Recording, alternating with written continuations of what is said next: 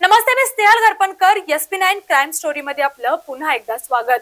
एका चुकीच्या निर्णयामुळे दोन निष्पाप जीवांचा बळी गेला आणि एक संपूर्ण कुटुंब उद्ध्वस्त झालं.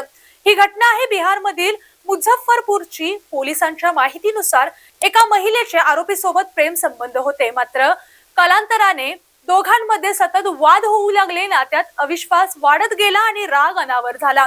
याच रागातून आरोपीने महिलेची आणि तिच्या लहान मुलाची हत्या केल्याचा आरोप आहे. घटनेनंतर परिसरात एकच खळबळ उडाली. पोलिसांना तांत्रिक पुरावे, सीसीटीव्ही फुटेज आणि चौकशीच्या आधारे आरोपीला अटक केली असून या प्रकरणाचा पुढील तपास सुरू आहे. तपासानंतरच सर्व तथ्य स्पष्ट होणार आहे. पण या घटनेतून समाजाने एक महत्त्वाचा धडा घेण्याची गरज आहे. राग, संशय आणि अहंकार याच्यावर नियंत्रण नसल्यास एका क्षणाचा निर्णय अनेकांचे आयुष्य उद्ध्वस्त करू शकतो. कोणताही वाद हिंसाचाराने सुटत नाही. मतभेद असतील तर संवादाचा मार्ग निवडा, कारण प्रत्येक नात्यांपेक्षा आणि प्रत्येक वादापेक्षा मानवी जीवन अधिक मौल्यवान आहे.